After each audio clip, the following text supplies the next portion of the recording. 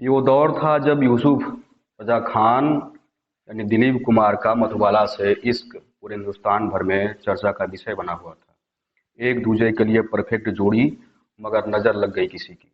दिलजले की 1956 में दिलीप कुमार मधुबाला का रोमांस बी आर चोपड़ा की नई दौर के अदालती पछड़े में फंस गया और एक दर्द भरे अफसाने के नोट पर खत्म हो गया।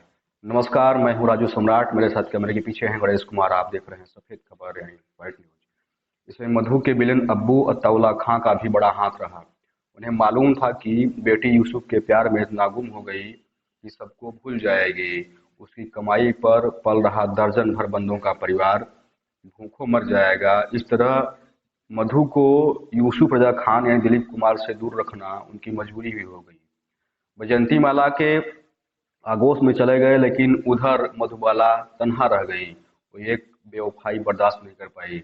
तबीयत भी नासाज रहने लगी। जिंदगी में मधुबाला ने कई हादसे झेले थे। 1954 में मद्रास में बहुत दिन शूटिंग की खून की उल्टी भी हुई थी।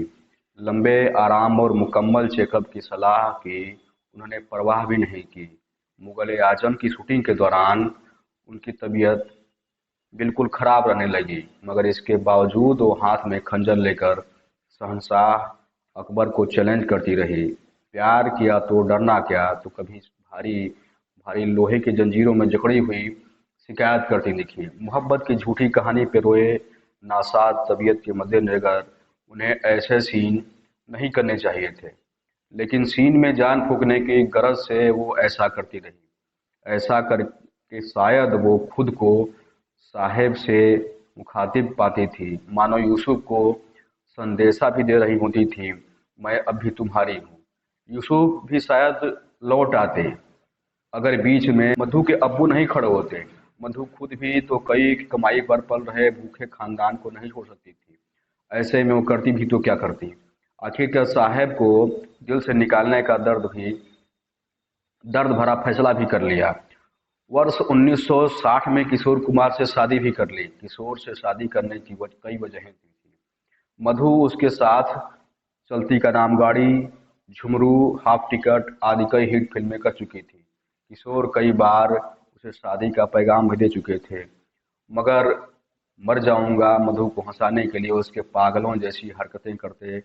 मधु को लगा कि किशोर उसे हंसाते रहेंगे, उस गमों से दूर ले जाएंगे, मगर इसके बावजूद वो असमंजस में रही कि क्या वो किशोर को ठीक से समझती हैं। लेकिन यह तो तय था कि किशोर से मोहब्बत नहीं करनी थी। उन्हें यह भी शक रहा किशोर उसे वाकई चाहते भी हैं या नहीं। अगर चाहते भी तो कितना। दरअसल यह किशोर की दूसरी शादी थी।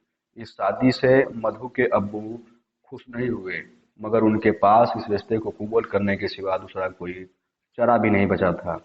उन्हें डर था कि कहीं मधुबाला घर के खिलाफ जाकर विद्रोह न कर दें और कुछ दिन बाद डिप्रेशन में चली जाएं। मगर उनके लिए बड़ी खुशी की बात यह थी कि मधु यूसुफ की न हुई, मगर वो यूसुफ की हो जाती तो सबको भूल जाती। किशोर कुमार को मधु की बीमारी मालूम थी, मगर इसकी गंभीरता को नहीं लिया गया। मर्ज बढ़ता देख वो मधु को चेकअप के लिए लंदन से ले आए डॉक्टर को दिखाने लगे।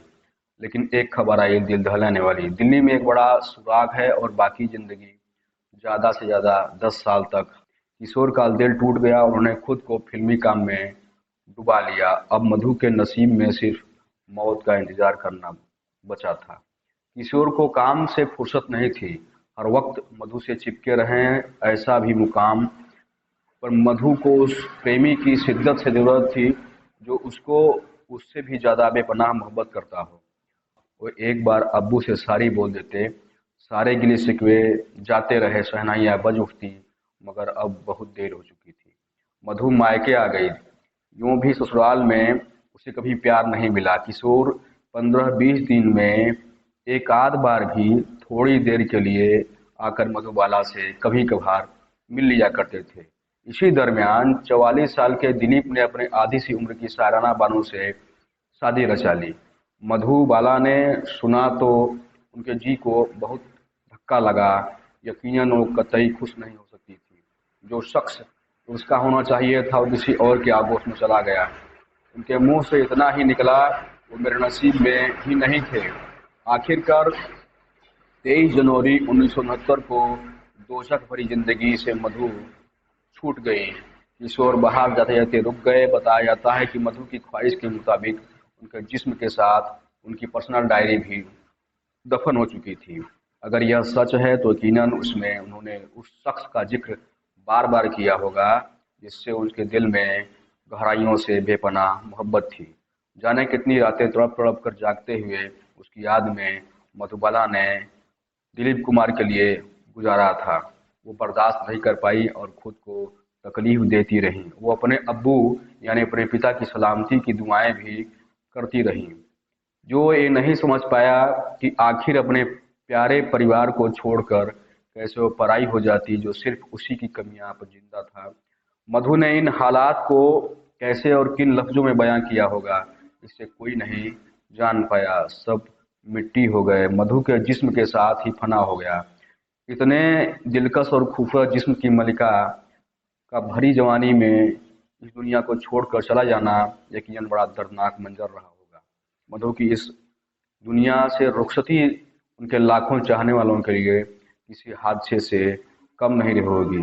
उन्होंने बामुश्किल इसको झेला होगा और इसलिए भी चली गई कि नीयत को मंजूर नहीं था कि वो कभी बूढ़ी हैं और उन्हें बूढ़ी देखकर उसके चाहने वालों के दिल टूट जाएं। ऐसी एक शानदार कहानी और वीडियो के साथ हम आपसे फिर रूबरू होंगे। तब तक के लिए लेते हैं आपसे विदा। कैमरामैन गणेश कुमार के साथ। स्वच्छ रहिए, स्वस्थ रहिए, व्यस्त रहिए और मस्त रहिए। धन्यवाद।